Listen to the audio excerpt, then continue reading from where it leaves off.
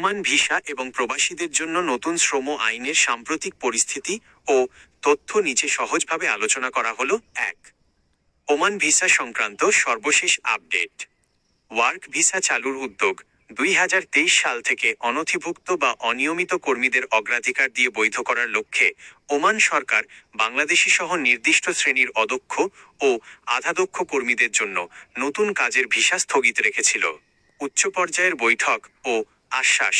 সম্প্রতি প্রবাসী কল্যাণ মন্ত্রণালয়ের সাথে ওমানের শ্রম মন্ত্রণালয়ের বৈঠকে ওমান পক্ষ থেকে ভিসা প্রক্রিয়া পুনরায় চালুর বিষয়ে ইতিবাচক আশ্বাস দেওয়া হয়েছে।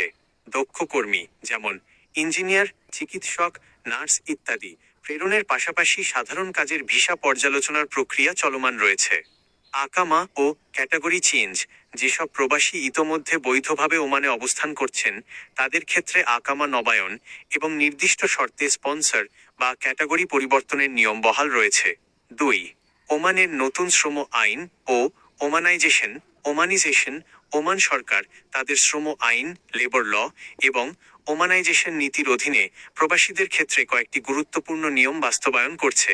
200+ পেশায় প্রবাসী নিয়োগে নিষেধাজ্ঞা। স্থানীয় নাগরিকদের কর্মসংস্থান বাড়াতে মানব সম্পদ, HR, পাবলিক রিলেশনস, অ্যাডমিন, বিক্রয় ও বিপণন সহ 200টিরও বেশি নির্দিষ্ট পেশা ও পদ কেবল ওমানি নাগরিকদের জন্য সংরক্ষিত রাখা হয়েছে। এসব পদে নতুন প্রবাসী ভিসা দেওয়া সম্পূর্ণ বন্ধ। শ্রমিক অধিকার ও কর্মঘণ্টা।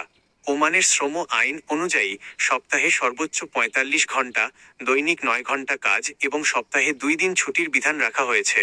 বাৎসরিক বেতন সহ 30 দিনের ছুটির সুযোগ ও ওভারটাইমের ক্ষেত্রে স্পষ্ট নিয়ম নির্ধারণ করা রয়েছে। কঠোর তদারকি, ভুয়া আকামা, ফ্রি ভিসা নামধারী প্রতারণা ও অননুমোদিত কাজের বিরুদ্ধে ওমানি পুলিশ ও শ্রম মন্ত্রণালয় কঠোর তদারকি চালাচ্ছে। প্রবাসীদের প্রতি পরামর্শ, সামাজিক যোগাযোগ মাধ্যমে আজই ভিসা চালু বা 100% ভিসা মিলছে জাতীয় গুজবে কান দেবেন না। ভিসা সংক্রান্ত যে কোনো লেনদেনের পূর্বে মাসকাটে অবস্থিত বাংলাদেশ দূতাবাস বা প্রবাসী কল্যাণ মন্ত্রণালয়ের অফিসিয়াল বিজ্ঞপ্তি যাচাই করে নিন।